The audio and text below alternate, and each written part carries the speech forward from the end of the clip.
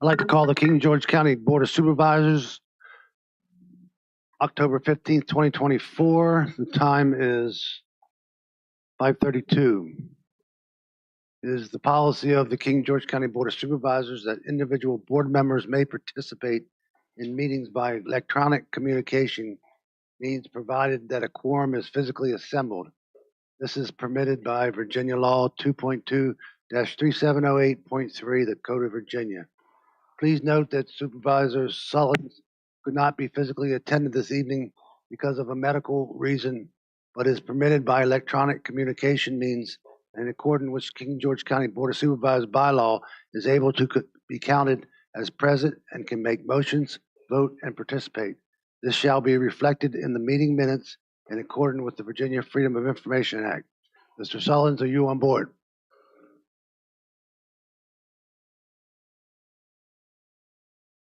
I am. Can you hear me? Okay. So next thing we'll do, Supervisor Stroud, can you do the invocation? And then we'll follow with the Pledge of Allegiance.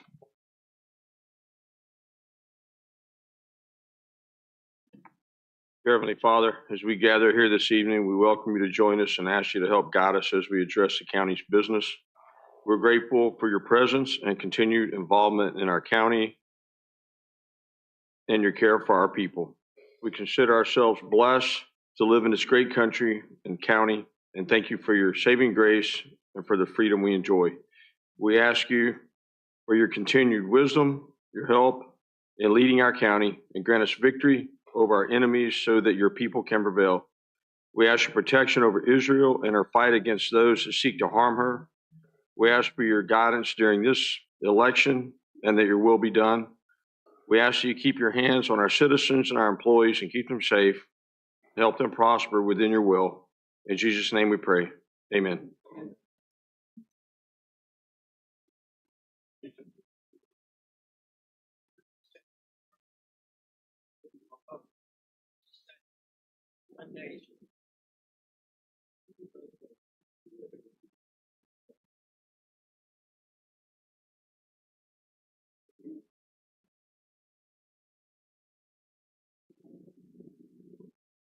Are there any amendments to the agenda? Seeing none. Before public comment, I'd like to welcome Mr. Bushrod, King George's favorite son here. He'll be giving us a presentation soon.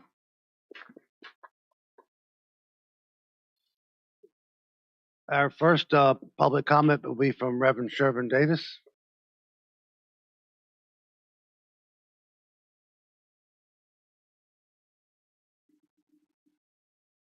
Good evening. I'm Pastor Davis, and I reside in Dalton, Virginia.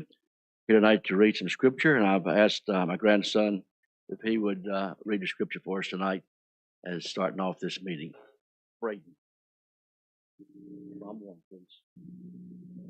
Blessed is the man that walketh not in the counsel of the ungodly, nor standeth in the way of sinners, nor sitteth in the seat of the scornful. But his delight is in the law of the Lord, and his law doth he meditate the day and night. And he shall be like a tree planted by the rivers of water, that bring forth his fruit in his season. His leaf shall also not wither, and whatsoever he doeth shall prosper. The ungodly are not so, but are like the chaff which the wind driveth away. Therefore the ungodly shall not stand in the judgment, nor sinners in the congregation of the righteousness. For the Lord knoweth that the way of the righteous, but the way of the ungodly shall perish. Thank you, Braden. We try to get young people involved in doing what he did tonight. I think you enjoy probably listening to young people more than me anyway. So anyway, if you have a son, grandson, granddaughters that like to be involved in reading the scriptures, we'll kick it off each time with reading of the Holy Word. And may God bless the reading of his word. And they all said, amen. God bless you. Thank you. Thank you, Reverend Davis. This is Neville. You missed a couple meetings.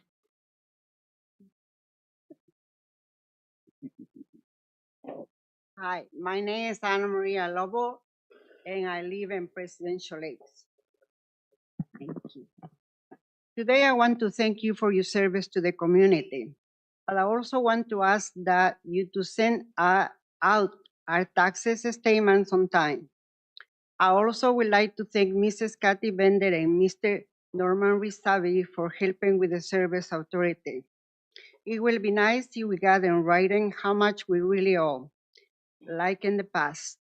If we could pay more on the principal, so we could pay less in interest.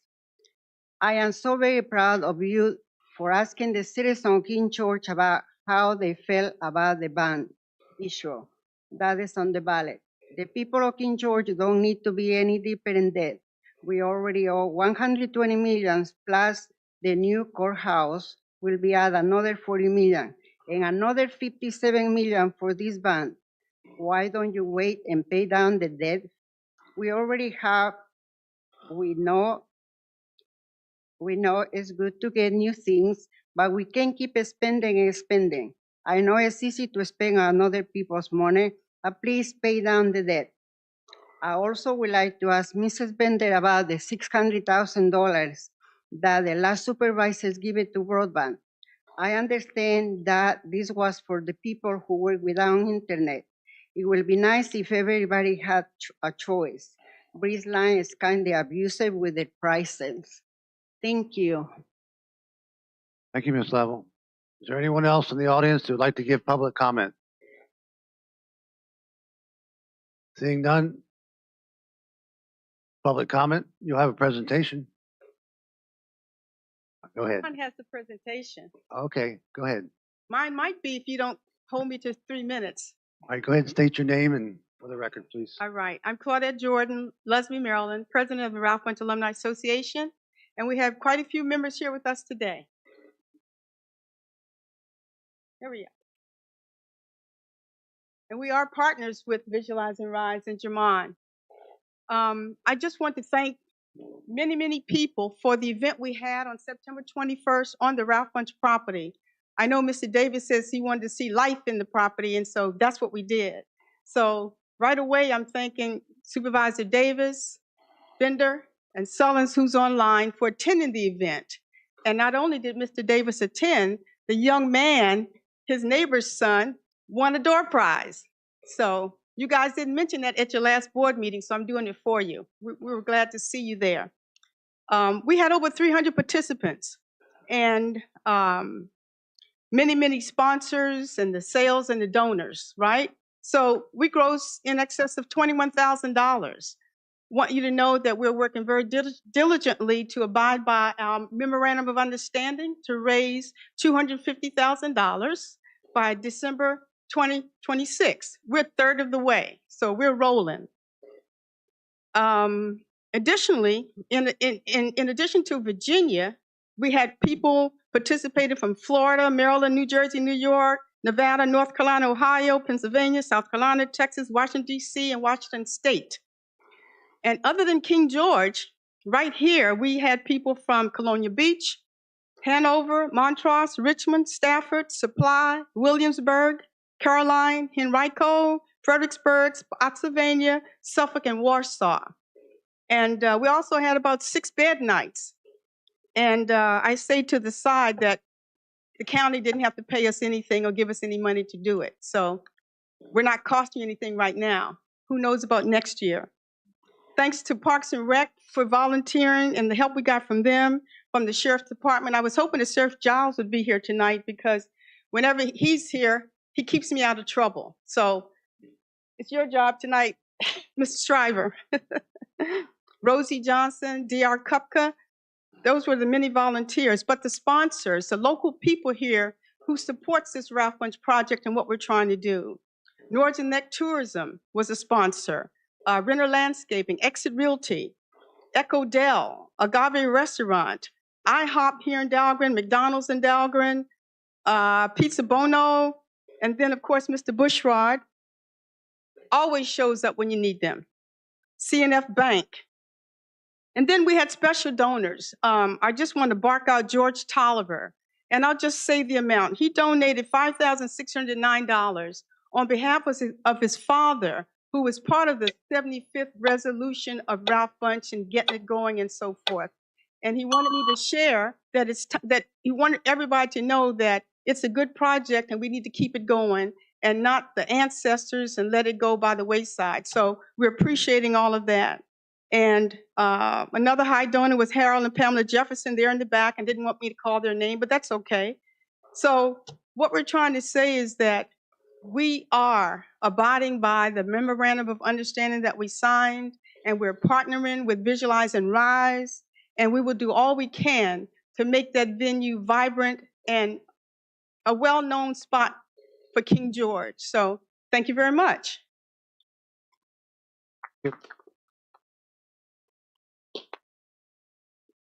Is there anyone else in the audience that would like to give public comment? Seeing none, is there any online? Yes.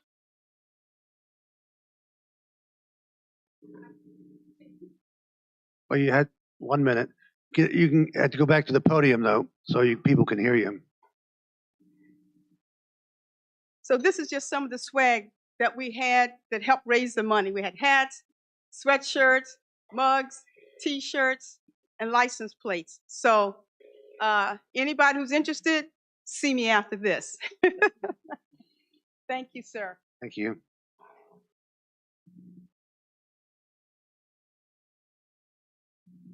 Anyone else in the audience besides you?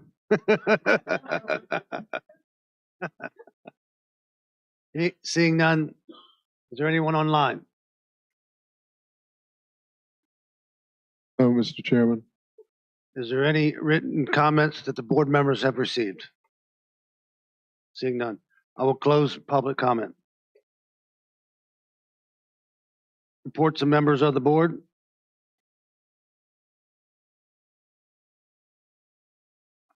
Mr. Sullins, would you like to go first online? Sure. Can you hear me okay? Yes, sir. Awesome.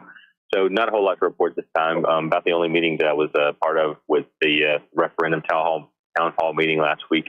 And everybody, all the other board members were a part of that. So it was pretty interesting. I did get to attend the Tea Party meeting and give them a kind of a county update last week.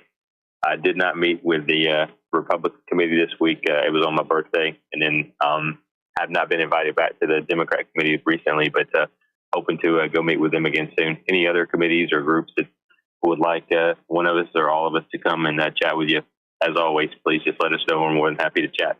Thanks a bunch. Thank you, sir. Lee? Yeah, I'll try and keep this pretty short. I don't have much for the Service Authority, but I want to say to all those that came out, thanks for coming out. I appreciate you coming up. And Pastor Davis, thanks for bringing the young blood up here. You know, we need a lot of that in this county. You know, getting the younger generation involved, I think, is a big deal. I just want to take a quick second to thank our fire and rescue teams, our police, and all those who participated in the parade over the weekend.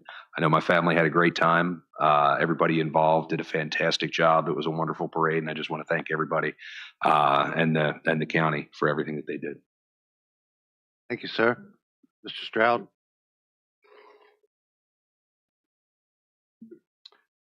Thank you, sir. I also like to thank people who came out and spoke tonight, Pastor Davis, Miss Anna Marie, and Miss Claudette.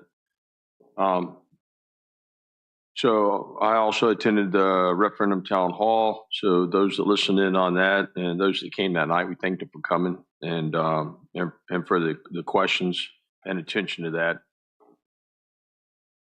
I attended the Oktoberfest, and again, like Lee, would like to thank everybody that participated in that. That was a really great event. So I enjoyed the food, enjoyed the people, and thankfully this year we had some great weather. So it was really a nice day. And that's all I've got, sir. Thank you. Mr. Davis? Thank you, sir. I appreciate it. Thank you, everyone, for being here. I always love it when people participate in what's going on in your county instead of just, wondering what's going on out there. It's too late. And it's been a pleasure just working with people over the past few weeks and getting to know people, from the people in Ralph Bunch and things like that. And you get to tear down a little bit of how people perceive you, and you get to tear down a little bit about how people perceive them, and realize there's some genuine people. And at the end of the day, people just care about our county and what's getting done. And even if we have different ways of getting there, we're trying to get to the same place most of the time. And, just thank you guys for taking support and really focusing in on your county, whether you agree with everything we do or not. I love the people that come to me and just ask why without a big complaint attached to it, but can just help me understand what's going on. And they give me the chance just to kind of explain things to them. And like, well, I haven't thought about it that way. And sometimes they agree with me, sometimes they don't, but we respect each other enough to hear. And that's what King George County has always been about that.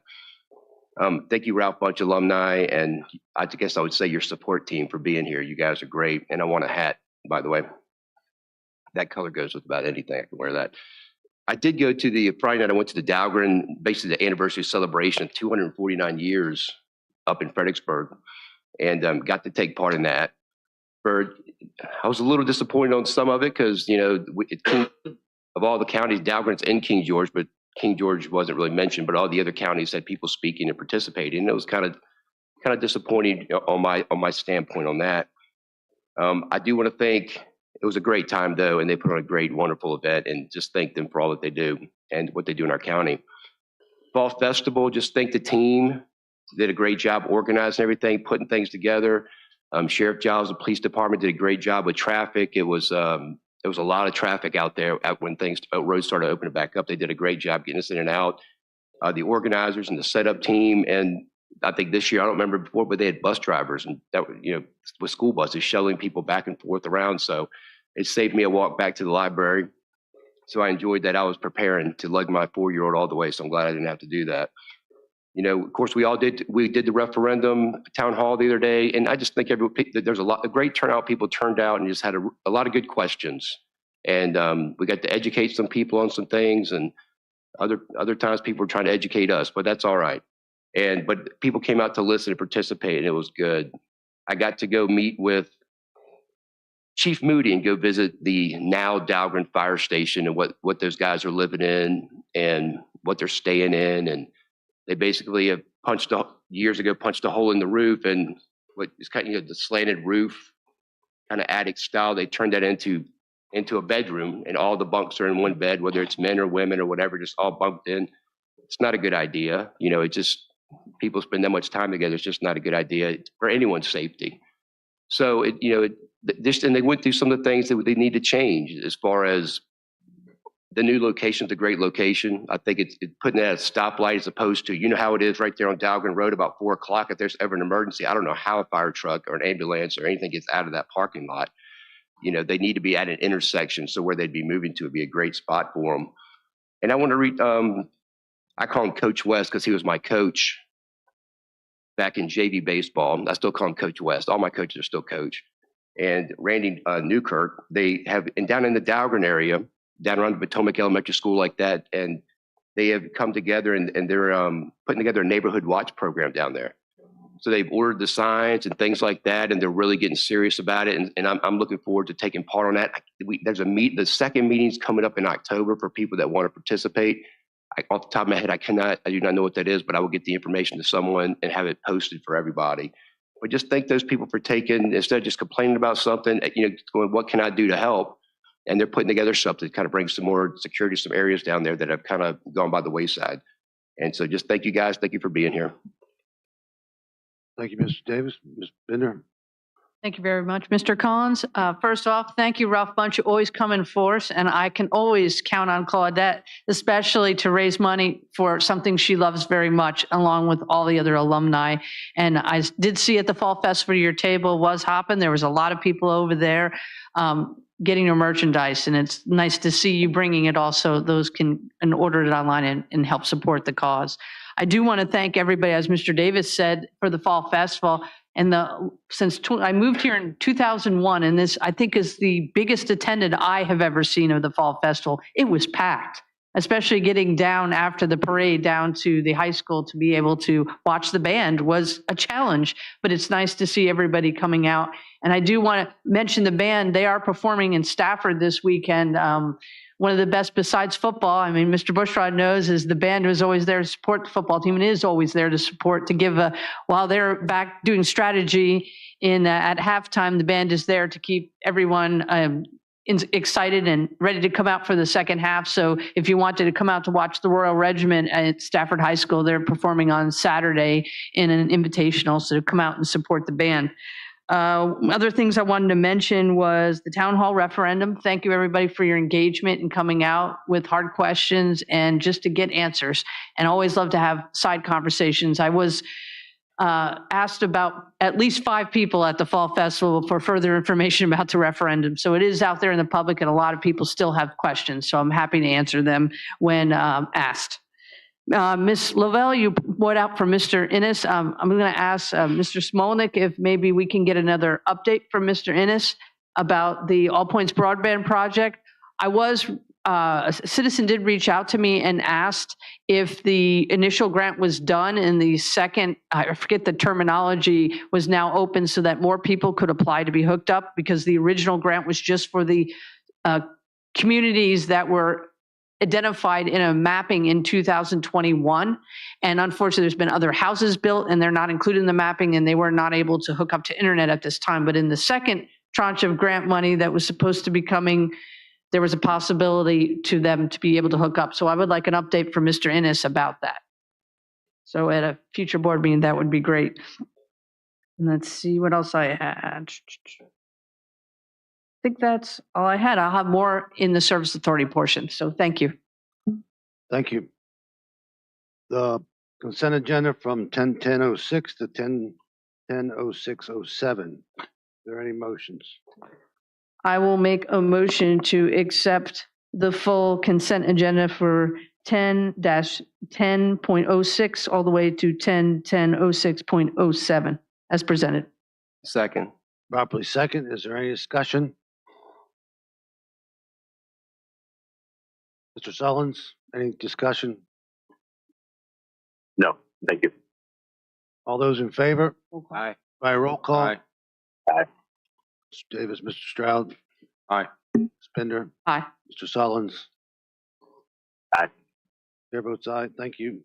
Constitutional officers?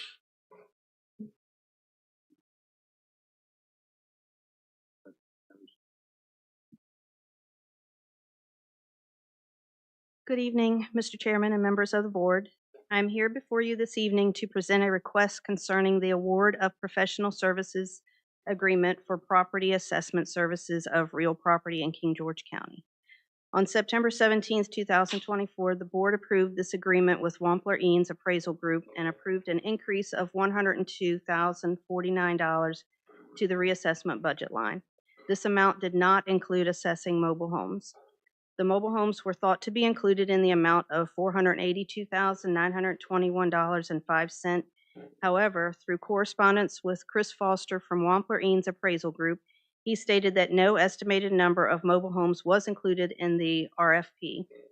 I informed both Chris and Steve that there are approximately 600 mobile homes that would need to be worked. They have a proposal of $31.95 per mobile home. 600 mobile homes at $31.95 would be an additional $19,170. I did not want to come back to the board to ask for additional funds, so we informed Wampler Eanes that we would prefer they did not value mobile homes. Mr. Wampler called me and stated that he would value the mobile homes at $15 each rather than the $31.95, and this would include digital photos. We agreed that he would not value those already at $1,000 or less, which decreased the number to approximately $300 if approved. My request this evening is to have additional funds approved in the amount of $4,500. I apologize that I had not requested the correct amount in the very beginning. This is my first year working on the budget and my first year in charge of the reassessment. Thank you. Thank you.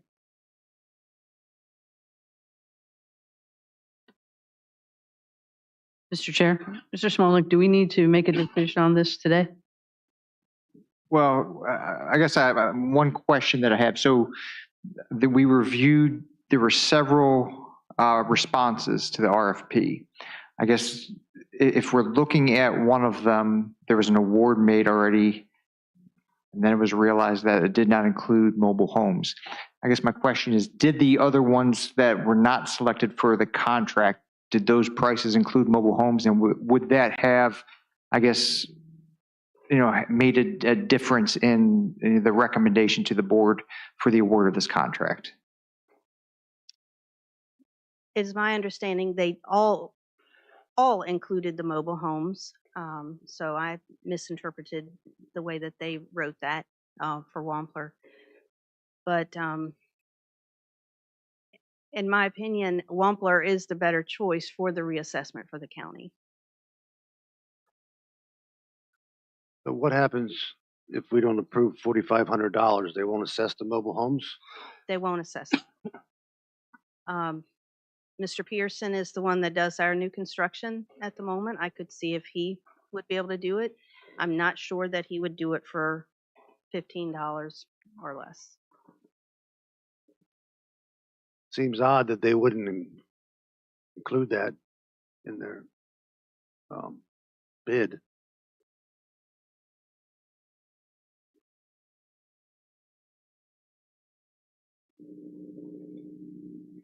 Any other comments?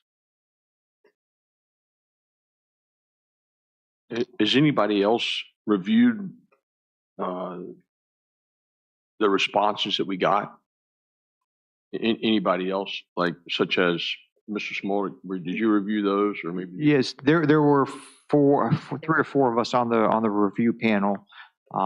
We looked at them, and then really, I think there were some follow-up conversations with Ms. Puckett, and the Wampler needs, to my understanding, was the way that they did things jived with your office. It flowed a lot easier versus some of the other proposals, which is why you recommended that they be selected. Yes, sir.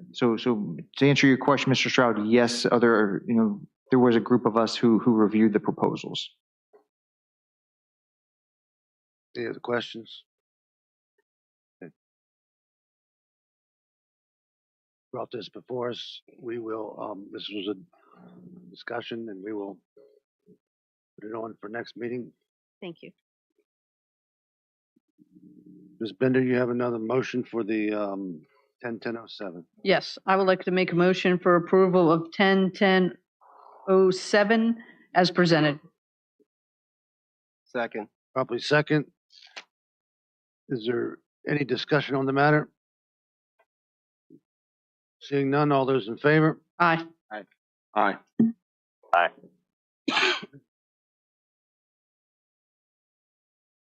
Chair votes aye. Ms. Bender?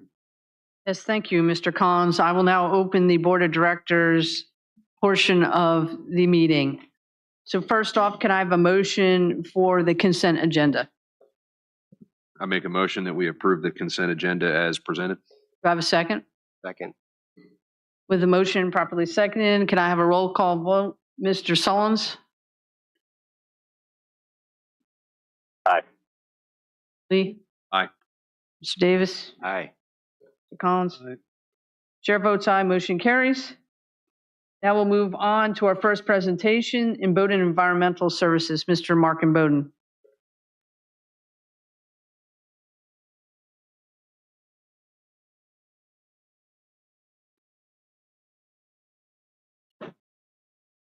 Good evening, Madam Chair, members of the board. Good to be here with you tonight. So I'll make it quick. As always, monthly synopsis for the prior month for operations of the water and wastewater utilities. For the water system, the main thing that was accomplished in the month of September is the Perkins Tower water tower was taken offline for routine tank washout and inspection. That was completed successfully. The tank was refilled and disinfected according to AWWA standards, and samples were collected and passed, and that tank was successfully returned to service. We replaced a chemical feed pump and injector at the Perkins Tower entry point.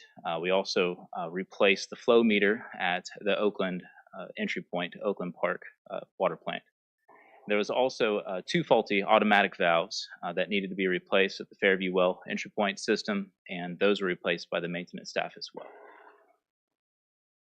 For the wastewater, many PMs, including generator PMs, UV light PMs, as well as blower PMs were accomplished in conjunction with IS operations staff.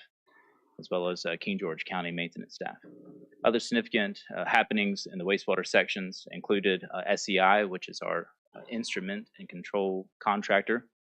They were on site at the Dahlgren facility to review SCADA issues that are abounding there and that are plaguing that system. Also, rubber seals on the influence screen were replaced, and that is seemingly being more efficient at capturing influence screenings. At Perkins Corner, the Plant B mixer has been installed by King George Maintenance. We are awaiting the startup of that because we have requested that the tank be emptied and cleaned. And we are scheduling the King George County pumping crew to come in to empty that tank so we can clean that out before we turn the mixer on. A lot of times what happens is trash gets built up in these tanks, and if we turn the mixer on right now, we could have another fault in that mixer without cleaning it out, and we want to give it, you know, as much successful startup as possible. At Oakland Park, there was a diffuser pipe air leak that broke off the framework, so we did a temporary patch to tide us over until the King George County Maintenance was able to repair that. There was also a leak that was found in the backwash line, Plant A sand filter, and that was repaired by King George County Maintenance staff. Other happenings at the Fairview Beach plant, the transducer was replaced and the EQ tank by King George County, and we also drained and cleaned the pre-EQ basin there at the Fairview Beach plant. And so that is the significance of last month's operational notes, and be happy to take any questions if you have it. Does anybody have any questions on the operations side? Yeah, just a couple. Sorry. For the faulty valves that went, do you know just off the top of your head if it was a mechanical failure, or if it was an electronic failure? Was it like a PLC or something that went, or was it just mechanical in nature? Mechanical in nature. Yeah. Yes, sir. And the you said SEI came out because of plaguing SCADA issues. Just high level summary. If it's recurring, is it a control issue? Is it a monitoring issue from a SCADA standpoint, or Certainly. both? Or? So the Dahlgren facility, it is a fly-by-wire plant, or it should be a fly-by-wire plant. And what I mean by that is all of the various processes that encompass wastewater treatment are all automated by a central computer system. The SCADA, which stands for Supervisory Control and Data Acquisition, that monitors all of those data points and gives the operator real-time information, a look-see into the performance of the treatment plant. They can make modifications and changes to its operations to optimize its performance. Since time began with Bowden on site, there's been issues with the SCADA.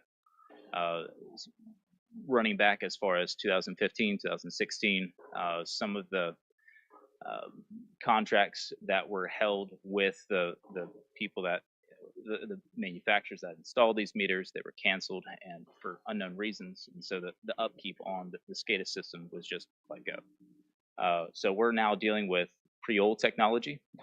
Technology moves very fast in this world, and so it's a matter of trying to limp through, keep the plant alive for right now. We gave a very detailed hierarchy of importancy of items that we need to fix and repair, and this is on the top. One of the main issues that we're vested in, and so it's been an ongoing issue, and it's mostly plagued by hardware issues, and it's just obsolete hardware. Any other questions? Mr. Bowden, that's one of the reasons at the Dahlgren plant we replaced the computer system there, and that's so they could start the process of looking at everything to see what needed to be upgraded. Because that was the first thing that we had to do because we were running an old system. Correct. We're well on our way. Yes, thank you. And then since you're up there, we have our the Pipe Hunter tandem axle trail jetter next. So I just wanted you to just give a brief overview for the board of why it's so important that we get this piece of equipment. So the county has a lot of force mains in its collection system, and it has a lot of gravity sewer pipes in its collection system. With that, we have a lot of pump stations, and these pump stations they require frequent cleaning, especially a system of this age and type, as well as the clientele that are on our collection system. A lot of restaurants, a lot of other kitchen and commercial food industries. And so it is a requirement essentially to keep up with the maintenance of our collection system infrastructure. Having a jetter, a sewer jetter at the county's disposal is going to be instrumental in keeping up with maintenance activities of our collection system. This will include jetting out gravity sewer collection systems so that they do not clog and create overflow situations, as well as keeping pump stations operating. Grease can build up quite quickly in a pump station. It can cause floats to fail, it can cause pumps to bind, and it also can cause discharge lines to clog completely and obstruct them so much that they are not able to pass sewage onto the wastewater plants, creating an overflow situation. And so having a piece of equipment such as this pipe hunter jetter is instrumental in maintaining a good operating collection system. Thank you for that high-level overview. Does anybody have any questions to Mr. Mboda on this part? I'll just ask real quick. So is this something that you could like blowing out like people's driveways, like where they get stuff gets like in Bayberry, where underneath the driveways, that's where it's getting with junk and stuff like that. I mean, what are they using to blow that stuff out with? So are you talking about culverts? Yeah. Typically culverts and the issues related to stormwater drainage, I believe that is a VDOT maintenance issue. All right. And so wouldn't relate to sewer collection system. Thanks. Yes, sir. Thank you, Mr. Mboda. Absolutely. Thank you for bringing your staff too, and the hard work our service authority does in working with you to keep our plants going. Next up is the Pipe Hunter Tandem Axle Trailer Jetter. Mr. Rasavi, would you like to give a little overview of it? Yes. Since you've asked me to kind of explore some of the issues that the service authority has been dealing with, several months ago, I recommended an excavator that met the needs, since I think the original excavator that they had was purchased used and was not heavy duty enough to deal with the issues, and you approved that. This item, they have what I would call a sort of a rigged up system that's inadequate to do what needs to be done. I went out and looked at a number of the pump stations myself, and I've also spoke with Mr. Quisenberry before he left. Some of these pump stations, it's been a long time if they've ever been cleaned. And just starting the FOG program is a starting point, but in speaking with Bowden during our meetings, these pump stations need to be cleaned, and a lot of the backups that have occurred in some of the communities and so forth, this is specifically designed to do what we need. I researched this over a couple months period. This contract is a bid by the Virginia Sheriff's Association that puts out numerous bids for things beyond what just a sheriff's department would use. And that is actually the best bid. Spotsylvania has purchased recently off this contract, VDOT, and a number of other communities. These are custom built as you order them for your community. This price, due to the cooperative nature of this purchase, is the far best price that I have found for this piece of equipment that will meet our technical requirements.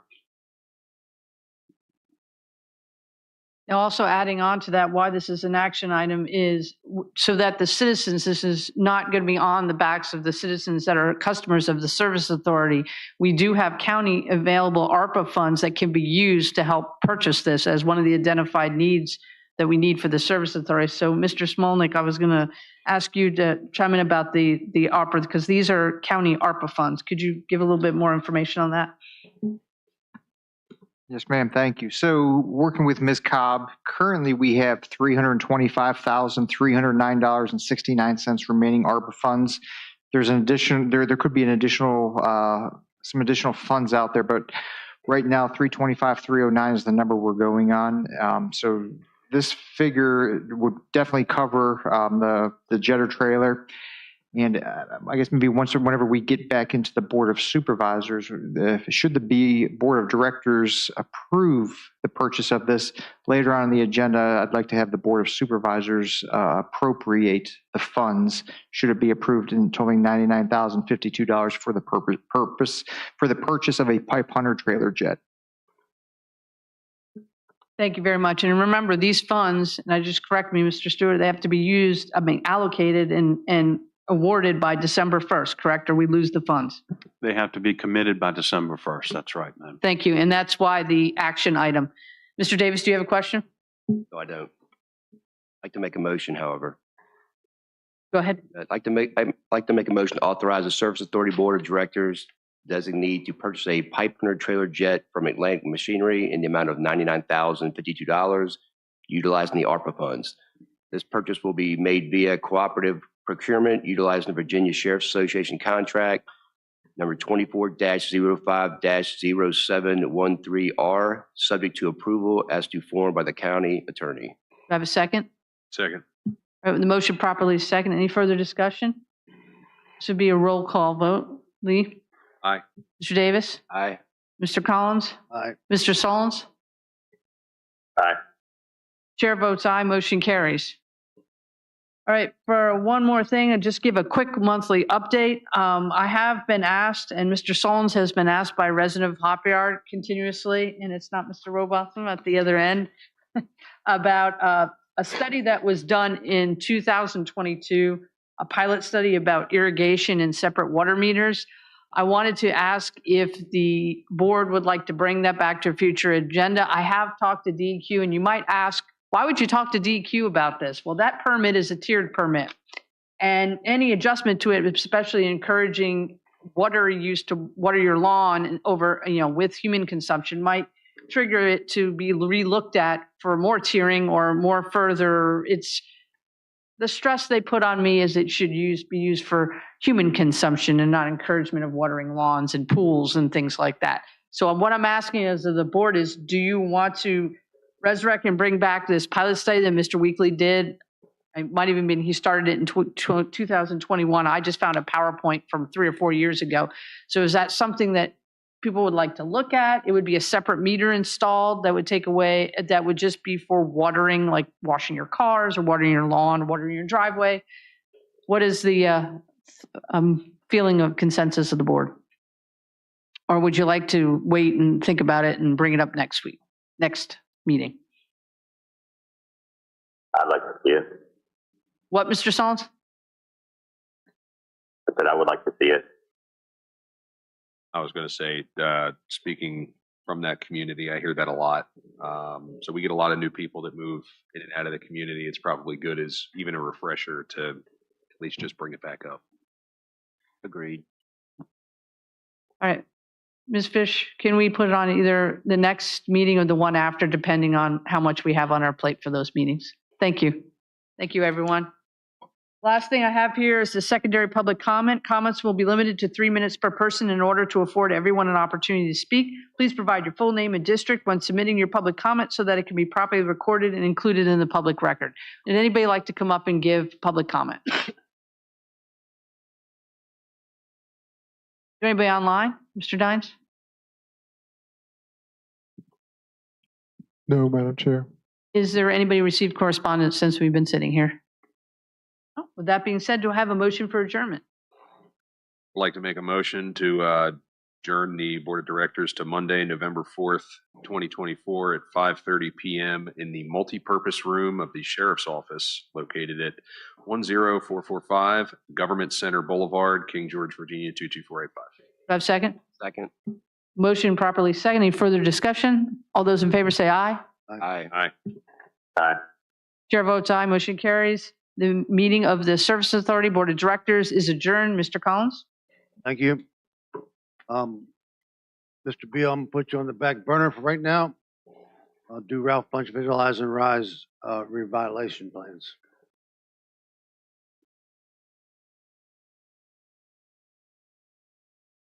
Mr. Bushrod. Long time no see. Good to see Evening. you. How we doing? How you doing, Mr. Collins?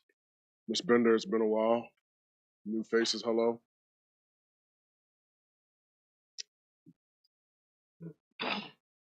Very fortunate to have the opportunity to get up here again.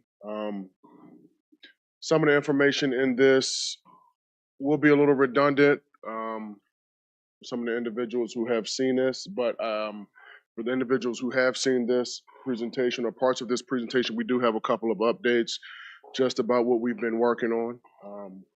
Thank you.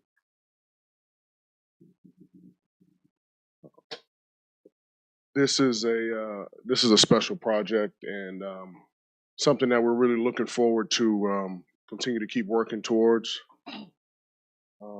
This is just a welcome letter from me, just to kind of give some brief overview of who we are, what we're doing, and you know, I always have to throw this picture in there. It's a very special picture.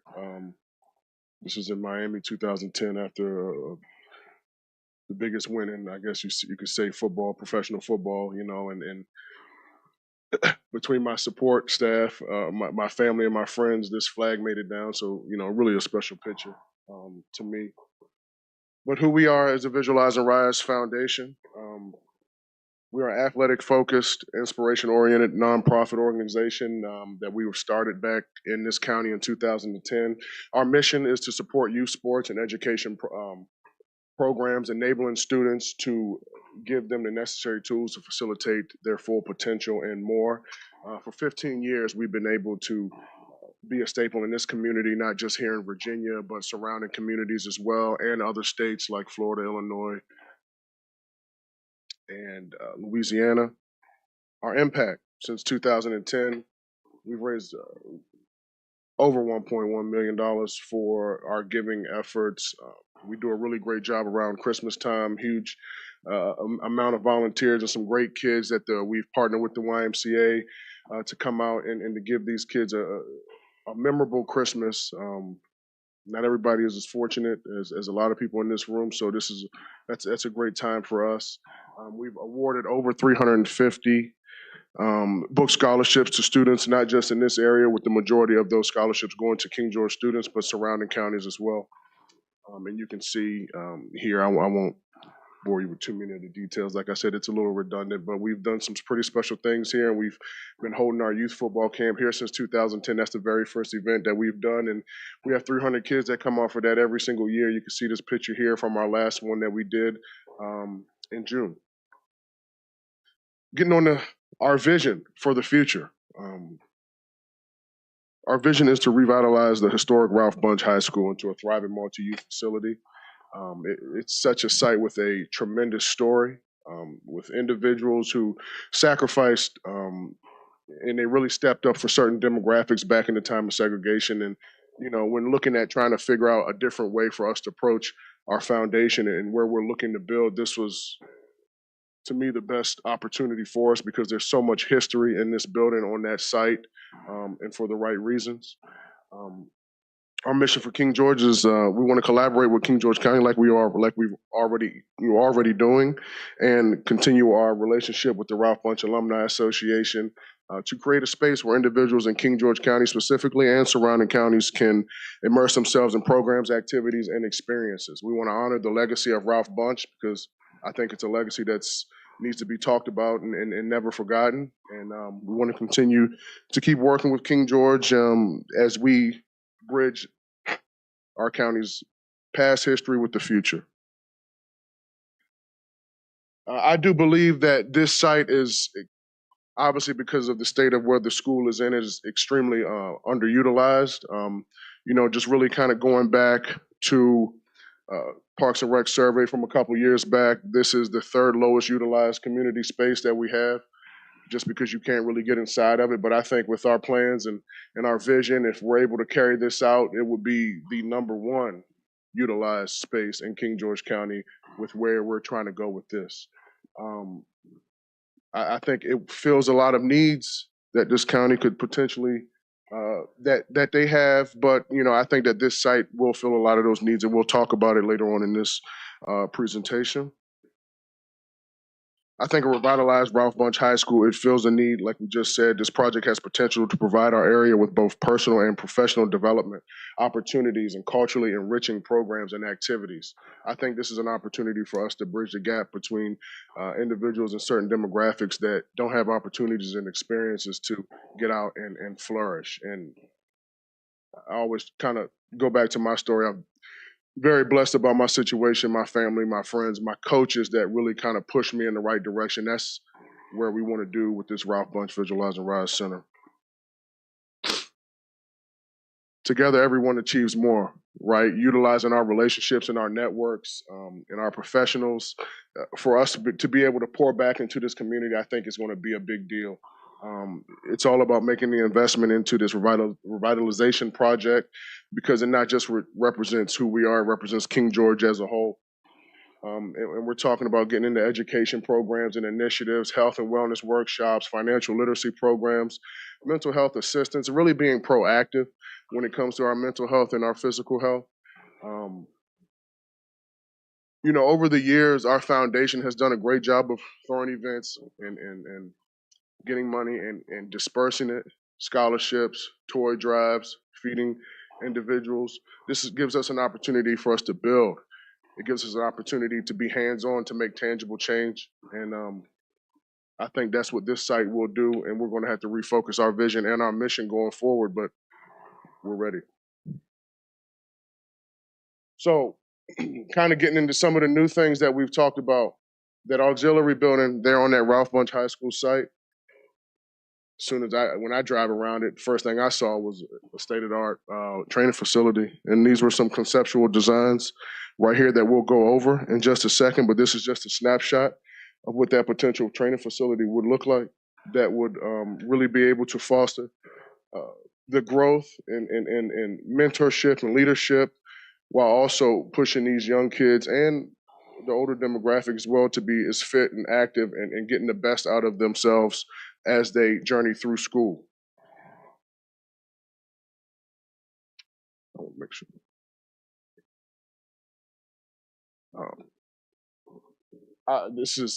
This is a big project, and I believe that we have to approach it in a phased approach. And I think step one is to tackle the auxiliary building, because that school, while although it does have good bones, and a lot of you guys know that there's a lot of issues on the inside, but we feel like tackling this auxiliary building would be something that we could get off the ground and we could start to do within the very near future. I just want to read this quote down here. It does come from the 2022 King George Parks and Rec Needs Assessment. King George Parks and Recreation proposes a community center in the fiscal year of 2027 that would bring gymnastics facilities, party space, archery, teen space, senior space, exercise, and aerobic studio, along with department and administrative offices. Well, we can check off a few of those boxes within this space here. And I do think that we just feel very confident that approaching this auxiliary building first will be the best course of action. One, just speaking on Visualize and Rise, we'll be able to run our football camps, our offensive line academies that I've been throwing for the last couple of years, our Vander Academy, which is a new initiative that we're looking to have when we are able to get into this space. It would be more of a summer program, individual, group, and team training sessions as well. And we can also incorporate new programs and initiatives because there is a space back here for an aerobic studio where we can do exercise classes, dance classes, and things like that for some of these kids that don't have these opportunities and just might not have the space or the funding to do that. So I wanted to take a look at some of the advances we have been making. This is our conceptual design. I mean, I think we have 100 pictures. We have several videos as well that kind of gives a walkthrough of what we're looking to do. But we worked alongside Spaces Design Studio in Fredericksburg, Virginia. Several long meetings, and we were able to finally come up with something that we feel like would really motivate and inspire individuals, kids, older, younger demographic to come in here and be the best versions of themselves. If you look here on the left side, you can see our training facility. That would be the auxiliary building. That's a mural over there on the wall. You have turf on one side of this building. where another side you have rubber floors where you're able to get some of your weightlifting, your individual and your group training sessions right in here. The one below, the picture below would be a locker room that kind of separates the training facility or the training side. And as you can see on the bottom left-hand side, that would be the proposed aerobic studio that we proposed for that space in our auxiliary building. We feel that, again, this is the project that we can tackle first because the major issue with this one is the roof. And we're looking into some grants right now that specifically tie into that. And again, I just think within the school space, there's just a lot more that has to be tackled before we can actually get in and start to raise funds and start to outfit that the way that we see fit. But if you look at the right side, this is what I'm extremely excited about. You have a kitchen here where you're able to do health and wellness seminars right around that big counter space. Below that, you have a technology space, which is right across from the kitchen area, and you can see in there with the yellow seating, it's a very social environment that we're trying to create within this space. But being able to have that extra technology for some of these kids and that could come into our space and learn about different parts of media, computers, photography, podcasting, being able to have those types of things available to some of these kids. You look right below that, again, it's just some couches. It's our check-in desk where as soon as kids walk in or groups of individuals walk in, you got to check in right there. So, and below that, you have just a space where you can utilize tutoring, have group sessions, individual style of meetings. You know, we want a very open and free environment where you really don't want to leave, but while you're there, you're making yourself better. Next slide. It takes a community. An entire community. There's power in collaboration, and I do feel that we all have a need, or I guess you could say we all have a need or a want that we want to be fulfilled with this space. I believe King George County does add to its available community facilities, resources, and administrative offices to expand its footprint and better provide services to its residents. Visualize and Rise Foundation, we're going to expand our programs, our activities, and our experiences to provide more meaningful, tangible change in King George community. And the Ralph Bunche Alumni Association, they're going to have some of their glory restored in this project because that is, to me, really, really important. And I believe that they have a lot of stories that needs to be told, and this is a great way to never forget what that group of individuals had to go through and who stepped up. So I believe, you know, all three of us, I think individually this would be a hard project, but I believe all three of us that we could all step up, we could collaborate, we can use our networks, our relationships, and we can make this thing go. And this is something that can be a real staple in our community. But your support is needed. Beyond your direct assistance, lending your support goes many different ways. As of right now, though, we're going to need some letters of support to include with certain grants, applications that we have, just for us to be able to go out and have more power when we're submitting these grants. Just having our county behind us is going to be extremely important moving forward. Lending vocal support, which would be very impactful when securing future investors and sponsorships. And just really encouraging the community to come out and be a part of the events, just like we just had September 21st. Unfortunately, I could not make that. I'm coaching Little League football, so and I got thrust in to be the head coach. So now I couldn't miss. I do have my last game this Saturday, but I can't miss that. And it was my daughter's birthday, so it was really, when we shifted the dates, it was a little tough for me. But I'll be here at this January 18th MLK Day of Service, and that's a day that we want to start to tackle this auxiliary building. That's going to be one of the first pieces, is making sure that we can clear this space out, get this roof fixed up, and then we can start to figure out what it looks like contract-wise and just about outfitting the space. But yeah, that's where we are. We're definitely making some advancements, and we're still continuing to keep push on and making our our presence known in this community. We have a couple more events that we want to do to support this. So I'm excited. That's all I got. And, just moving forward, we just need your support. And if you have any questions, I'll try my best to answer them. Mr. Bushrod, will you be in town a couple days? Okay, so No. I will not. I'll be back. I'll be back in a couple weeks, but I'm out of here in the morning. Okay. Would, unfortunately. when you come back, could you and Mr. Smolnick, our new high-powered county administrator, get together? So he's new to this position, but he's not new to this type of work. Okay. So I'd like for y'all to get together, build a relationship, so he can be on some of these things that this board is aware of, but we need him as a player too. Okay, perfect. Yeah, we can do that. We can do that, absolutely. Members, comments, questions? Yeah, I got to thank you. Thank you for being here. I'd like to get just some more concrete, when you guys give concrete numbers about what it's going to take to get it done. Right. And the reason why is because there's been projects like this and other things that gone on in the county. If you grew up in King George County or you were here, like we'll take the fire station.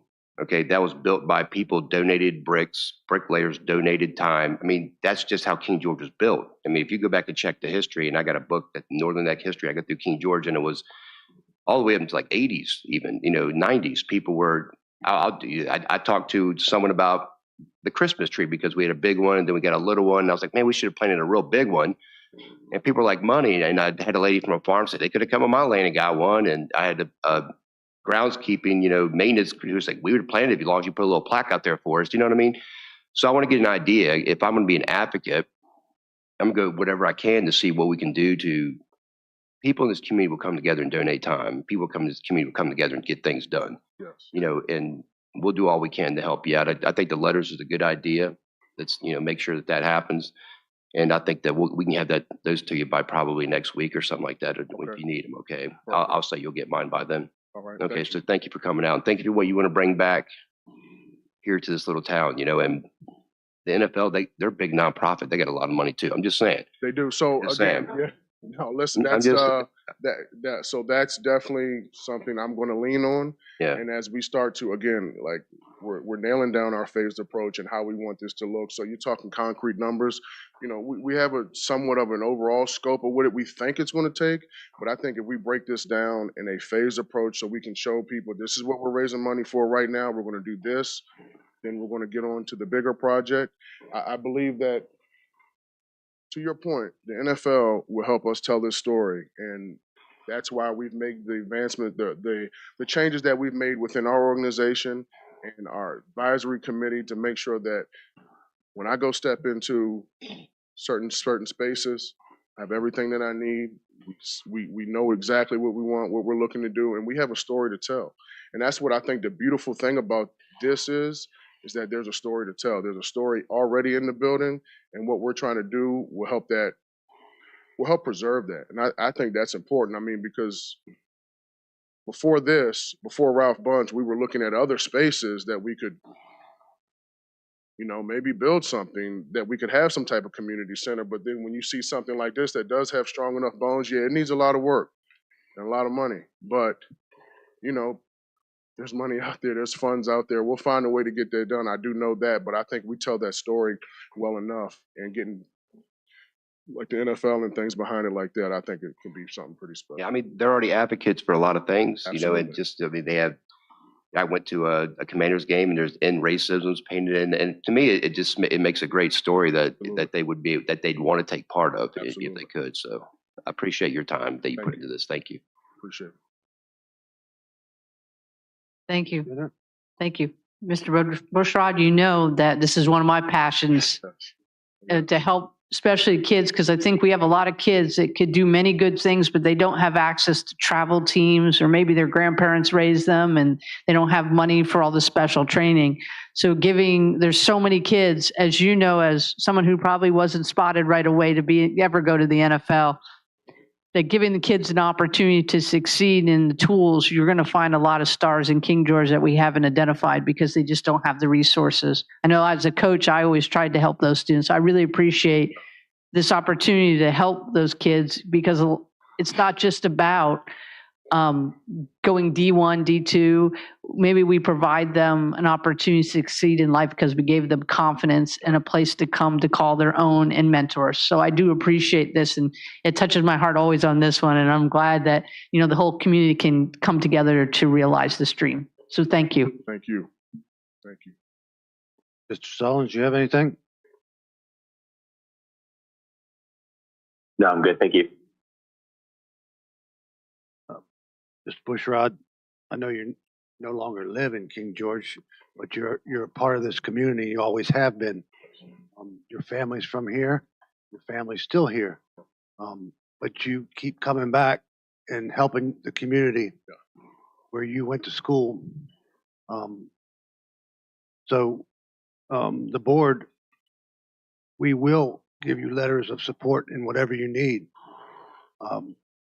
Go through your executive director of the Visualize Rise, Ms. Tolliver, and Ralph Bunch Association.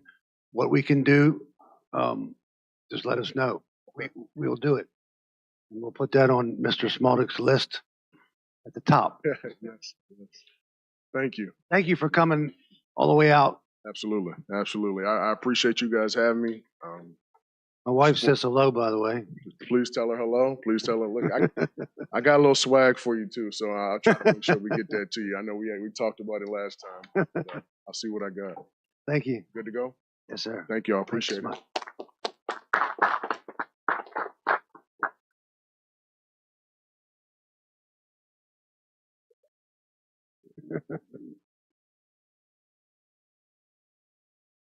You all remember that game in the audience with that flag of King George?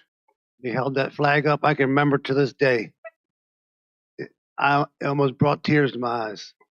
Never thought I'd see King George out on that field. Thank you. Yeah. Sorry, we had to get the most famous son. Yeah, it's all back to follow. I will say thank you for including the surrounding counties in your Visualize and Rise.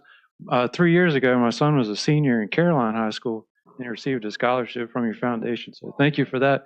He's now a Virginia Tech graduate, and even better than that, he's employed as a sheriff's deputy in Hanover County. So I appreciate your support in his career. Just remember that when you're heading to the airport. All right. Well, we have VDOT. It's been a while since I've been with you. I think May was the last time I was here. So we've been busy. Lots going on. I've been sending in my monthly reports. This is just a report from October. So I'll go over that with you. We've done some asphalt patching on Fletcher's Chapel Road. We cut brush on Dahlgren Road and on 218. We've mowed the secondary routes. That work's underway. It's finishing up. We've been trimming trees, patching potholes, repairing signs, and addressing work orders countywide. I'm sure you also, everybody's seen the devastation that Hurricane Helene did on southwest part of Virginia, as well as North Carolina and Tennessee. We did send a team from the Northern Neck to help them get back on their feet. About 7 of our employees from here in King George are part of that team, rotating in and out. I think 3 or 4 of them are gone right now, but we'll do that through the end of the month. So they've been cleaning up debris in Grayson County. So you all are represented there. On the schedule upcoming, we have some shoulder widening to do at Millbank and Port Conway. We have some repairs to do on Route 3 in Port Conway. In the ditch there, we can do some ditch cleaning on Kings Mill Road. We also are preparing for snow season. Should you have any friends with tandem axle dump trucks, they're in high demand, so send them our way. And we'll also keep up with brush cutting, patching potholes and work orders We do have some work to do on the Route 218 bridge over the Dahlgren Railroad Heritage Trail. I expect to get to that in the next 30 days or so. And also all the primary routes will be mowed. That work was ordered starting Monday, and that includes the countywide litter pickup as well. Surface treatment schedule is still under construction. That's finishing up. That'll hope to come off the list as complete next month. On the secondary 6-year plan, Dixon Lane, all the prep work is done for that. Stone and pipe work is complete. We should be surface treating that next week. All the other stuff is fairly, let's see, the last one under Smart Scale, if you go to the next page, there you go, UPC 123890, that's the Route 301 Port Conway work. That is part of a new initiative where consultants are going to do the complete design project management. So it's typical we'll use consultants for design, but VDOT still does the project management in-house. This will be all consultant-led. But as I'm aware of new developments in that project, I will make you aware of them. I did add a bunch of projects for the bridge, for our bridge section. The three in the middle there, Route 625, 627, and 625. So Salem Church, Kings Mill, and Salem Church. Those were the results of the June 11, 2021 rain event. If you all remember, it washed the big slope out on 301. Well, it also created some scour holes at some of our larger creek crossings, bridges, and culverts. So those will be bundled together to be repaired. And all three of those will involve detours. And as soon as I have time frames on that, I will let you know. I expect it'll go to ad later next year. So probably late 25, early 26 time frame on construction. And then the 218 culverts on Caledon Road, those are near the Stafford line on 218. I anticipate those to be phased construction, meaning there will not be a detour. There could be a temporary signal or something like that. But as those plans are developed, I'll let you know. I don't anticipate that to be within the next year or two. Let's see. One other thing is actually in Westmoreland County on Route 205. We have some scour repairs going on right now at Rosier Creek, which is the bridge just over the county line in Westmoreland if you're headed into Colonial Beach. We are putting up a temporary signal there. I believe they're anticipating that to start the 11th of November. It could be the 18th of November. So if you're headed out of the county, there will be a temporary signal there on 205 to facilitate that scour repair project at Rosier Creek. And that'll be in place about 3.5 months. I had some discussion with Mr. Smolnik about Fox's Way. Fox's Way is the road that the high school is on and also Heritage Hall. My understanding is when that road was constructed a little over a decade ago, there was an agreement that would be a state road. However, it never came into the system. So I guess the county or whoever has been doing the maintenance on that. And now it's time to kind of dot our I's and cross our T's and get that cleaned up and get it into the system. We provided a punch list of the items that need to be taken care of before we would accept the road for maintenance. There are a few minor things on the list. The one major thing is that the road needs to be repaved. We did a cost estimate as to what it would take VDOT to repave the road if we did it with our pavement schedule, which is we're planning to pave Route 3 and right at that intersection in 2026, and we could include that paving on behalf of the county with that effort. It wouldn't be another mobilization. We just pave the unit cost for that paving. That estimate was $87,000. So for us to take the road into the system now, we could do that if the county was willing to enter into an agreement to pave that road in 2026. And we could do that with secondary 6-year plan funds. You could use your telefees for that. Otherwise, the road would have to be repaved.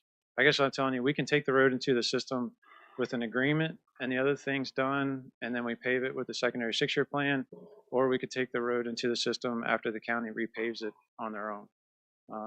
So if you want to do an agreement, we can just add that as a project when we do the secondary 6-year plan update in the spring. If that's the direction we want to go, I can work with Mr. Smolnick and Mr. Stewart on an agreement for action for later. Didn't Heritage Hall agree to upgrade that road for state standards? So this is part of the overall discussion. The punch list, let me back up. So this was back when we were in the Parks and Rec building. There was the presentation that was made. The deficiencies in that road were noted. The punch list, as Mr. Beal said, I met him out there. They were walking that site. That's been passed on to Heritage Hall.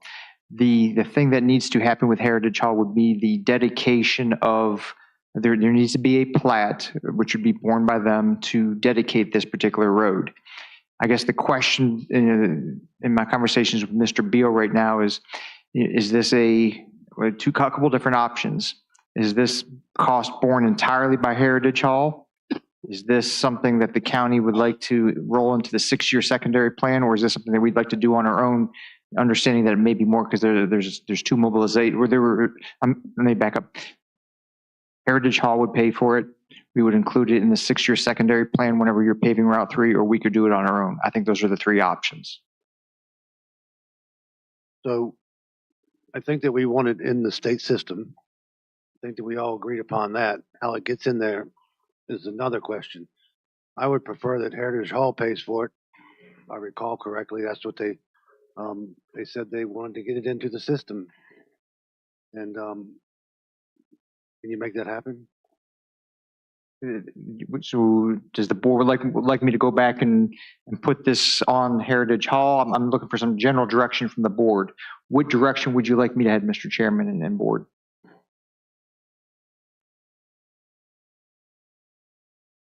Mr. Chairman, can I mention one thing? No.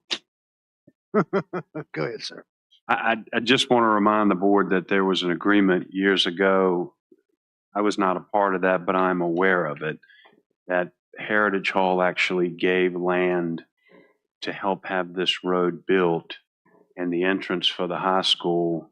And there was some sort of an agreement where they were going to have access from the road. So I just want you to remember that in your deliberations. There was an agreement at some point in time by the Board of Supervisors, and Heritage Hall acted on that agreement and gave the land necessary for that right of way for the road to be there and access the high school.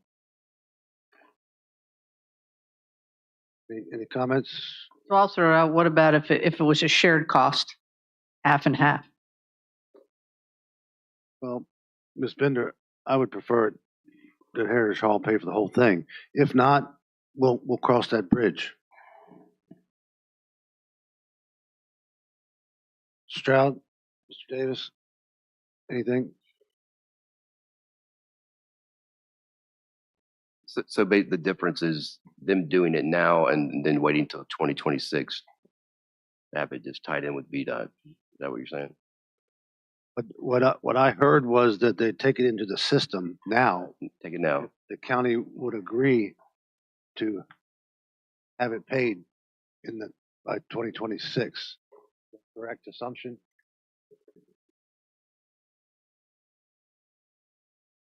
It's using the 6-year secondary funds. I believe there's the telefees component of that to pay for the overlay. Yeah, that's about 1 year's worth of telefees. Your allocated amount every year. So that's about 1 year. What is that amount, sir? The estimate is 87. I don't know the exact amount of the telefees, but the estimate for the repaving was 87,000. Mr. Beal, can you explain to them what the telefees are? Because I had to learn that too. Yeah, the utility companies if you wanted to do something within the right of way, you have to apply for a permit, and the permits have fees. If you're a utility company, you pay a right of way usage fee, and then you don't pay an individual permit fee. The right of way usage fees that are paid by the utility companies are redistributed for transportation projects throughout the state based on population to each county. So those are the fees, one of the fees that we, or one of the funds that we prioritize with the secondary 6-year plan update in the spring. So traditionally, the county uses those funds, both your unpaved road funds and your tele fees, to hard surface existing state maintained gravel roads. I think probably for at least the last decade, that's all you've used your money for. And that's a worthy cause.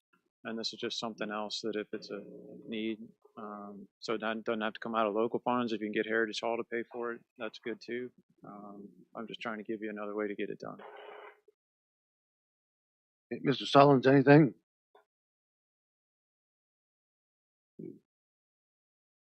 Nothing on this, but I did have an email to share with him when we're done talking about this piece. Okay. All righty. Mr. Collins, I do have a question for public knowledge, just on VDOT related items. Yes, sir. Ma'am. I've had a couple of people reach out to me about the chip and tar. Could you, for just those watching, and maybe could reference later to explain what the chip and tar is? Because I think some people think that it's paving the road, what you think like 3013. Could you explain that just briefly, those watching? Yeah, so the high volume primary routes like Route 3 and 301 typically receive what we call plant mix asphalt. It's asphalt that's mixed at a plant, comes on a truck, and it goes through a paver and is laid down a couple inches thick. That's how a lot of people do their driveways and things like that. That's plant mix asphalt. It's very expensive and doesn't go a long ways. So we reserve that for our high volume primary routes and some high volume secondary routes, or if we're doing restorative work. Where we provide more structure to a road. For resurfacing, on a lot of the 600 routes, which are your secondary routes, especially lower volume routes, we use what we call surface treatment, or double seal, shingle seal, and that's what some people refer to as tar and chip. It's a liquid asphalt that's sprayed out of the back of a tanker, and then you have a fine stone that goes over top of it, and then that's rolled. If it's a double seal, you do that twice. Single seal, you do it once. And then there's a blot coat that goes over top of it, which is sand. And we have been using a manufactured sand because when we use natural sand, people complain about it looking like a beach. But if we use a manufactured sand, it's just stone dust that's ground down to a sand. It tends to blend in a little better. But after that blot coat is done, so that liquid asphalt doesn't get on vehicles, and we can open the road sooner.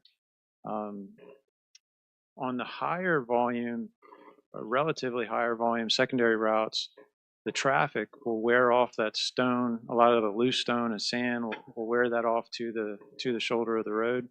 On some of the lower volume routes, we can get a little bit of a washboard effect with the loose stone, and we'll go back and sweep those after the road has had time to cure. So the surface treatment goes much further. It's probably about 1/5 of the cost as the plant mix asphalt.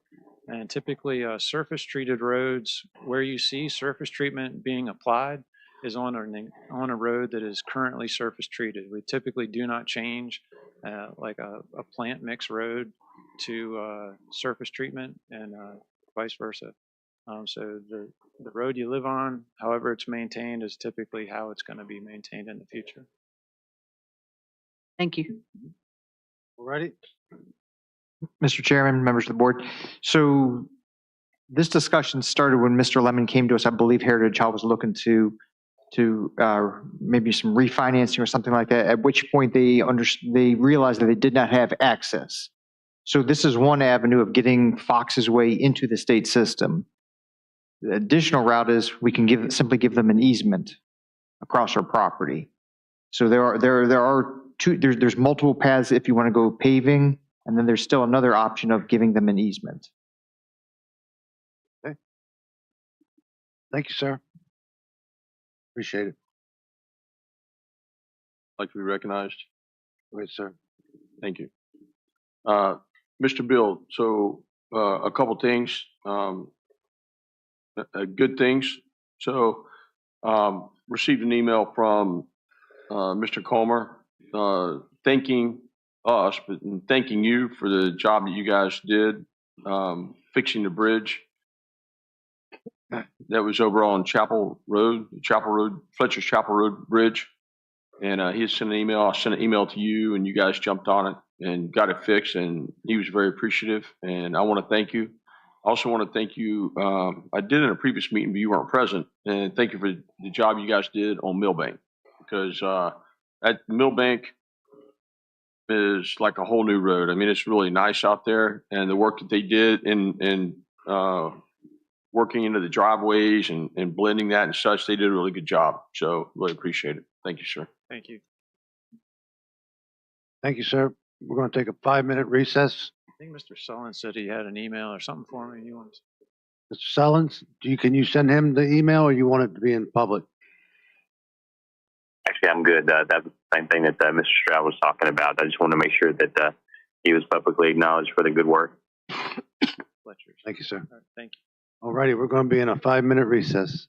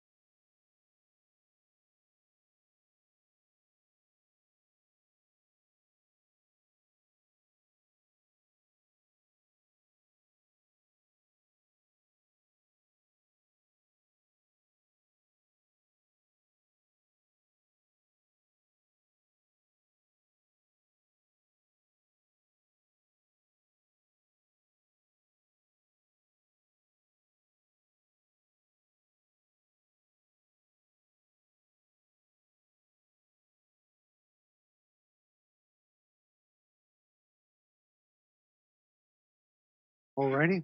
Mr. Davis, you're all set? Mr. Sullins, are you set? All right, we are now back in session. County Administrator's report. I believe do we have the discussion item for the additions to the secondary route for Edenview? Okay. So before you tonight, there's a request. This is off of Eden Drive, Edenview, Camelot Lane, Arcadia Way, and Utopia Way. The subdivision is complete. This is the request to take the roads into the system. VDOT's, the roads have already met all their punch lists. This is a formality that the board needs to adopt a resolution requesting VDOT to take these roads into the system. And there was a small map here. There's the Edenview. Mr. Dines, if you want to just put up the Edenview sketch, the first, there you go. So these are the roads that are complete and ready to be accepted into the VDOT's system should the Board of Supervisors pass a resolution saying such. And the resolution is in your packet. We can, if the board approves this tonight, we can get it in a form and it will be signed and sent on to VDOT. All righty. Any comments? Any motions?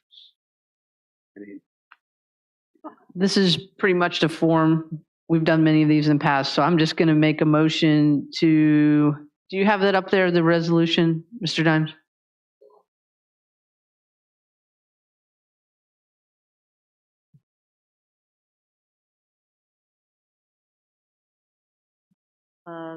Which part, Mr. Stewart, would I have to read of that? The whole You thing? could just adopt it as presented. I will make a motion to adopt as presented the land development additions to secondary route Edenview. Is there a second? Second. Properly second. All those in favor? Aye. Aye. Aye. Chair votes aye. Thank you. Now the county administrator's report. Thank you, Mr. Chairman. First item is there's a recommendation to nominate Nathan Cass to be appointed to the King George County CPMT as an alternative representative for the Rappahannock Area Health District. This is the Community Policy Management Team. This request was brought forward by Jacqueline Kubachi, the CPMT chair. So that is the request to nominate Mr. Cass as an alternative representative for the Rappahannock Area Health District. I'll make a motion to nominate for CMMT Nathan Cass as the alternative representative for Rappahannock Area Health District. Second. Properly second. Is there any discussion? All those in favor? Aye. Aye. Aye. All righty. Congratulations, Mr. Cass. All right, Mr. Chairman, next item, with the Board of Directors approving the purchase of the Jetter trailer, I indicated that I would bring something back to you. I'm going to have asking for a motion to appropriate $99,052 from the King George County ARPA Fund to the King George County Service Authority operating budget. So moved. Second. Second. Second. Properly second. Is there any discussion? By roll call, Mr. Sullins. Aye. Davis. Aye. Stroud. Aye. Bender. Aye. Chair votes aye. All righty. And then lastly, just a continuation of ARPA funds.